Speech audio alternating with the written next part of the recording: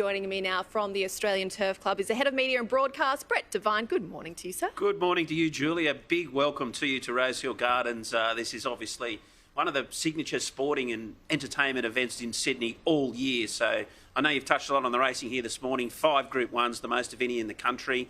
Any race day of the year is really exciting for the Australian Turf Club and Racing New South Wales. It's such an incredible day of racing and such a strong, open slipper this year. Yeah, it absolutely is. Look, it's about $5 the field at the moment. So many of the tipsters are saying you could see any horse win this race here today. So it's obviously that most sought-after race that shapes the racing and breeding industry like no other in this country. And it'll be game on at about 4:35 this Arvo.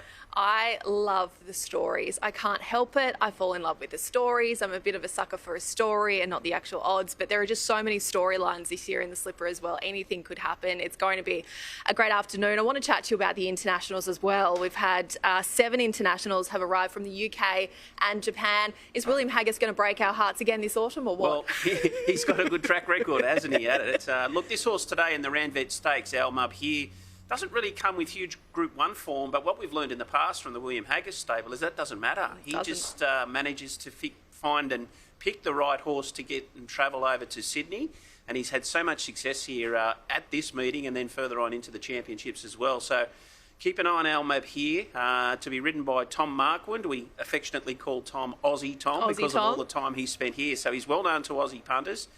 He's a great rider, one of the world's best. Yeah, it'll be really interesting to see, but he's got his work cut out to get our champ versus Stina. Yeah, absolutely, and he knows it too.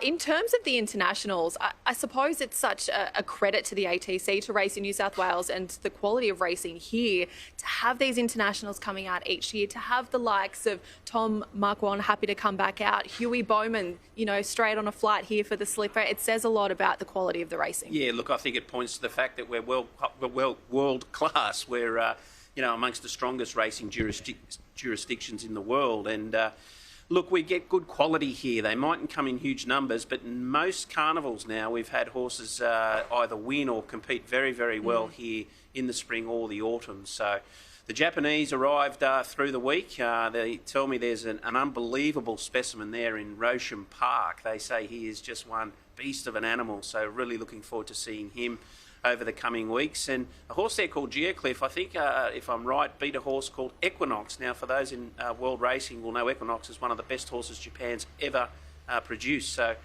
really strong form. The facilities at Canterbury Park are just second to none for those internationals. They get full use of all the training tracks, the poly track, and of course the course proper. And once they come out of quarantine, you'll see a lot more of them. And we'll be covering their stay here as well, much more here on Racing Dreams. Look, it's always a party out here at Rosehill. I love this time of day because it is the calm before the storm. Last week it was Ladies' Day, Slipper today. The events, the finishing touches are being made. Any corporate hospitality left? No, it's absolutely sold out today. So really proud of the team for being able to say that.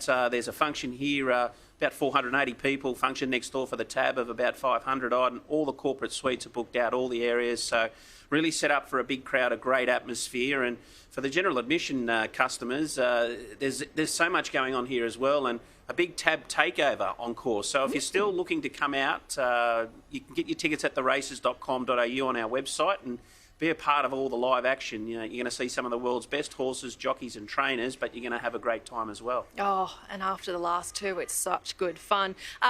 Home straight, talk to me about that. That's a new pop-up concept too. Yeah, look, and this is really important for the ATC and Racing New South Wales to lure younger people to the races all the time and give them that extra incentive to get a general admission ticket and get value out of it. Now, the hard-rated home straight, which is just down our way down there, about the 200-metre mark, has lots of action, lots of corporate spots around the place, but this is for the general admission people. So there's lots of DJs, lots of music, lots of live entertainment, food and bar outlets, and it's all sponsored by our great new partner in Carlton United Breweries and their great new product, Hard Rated, I'm told is very popular with a lot of the young people. So it's a great... The young folk. It's a great partnership with CUB. We're delighted to have them on board as our new beverage partner. And activations like this are just a one way to mix racing with our partners.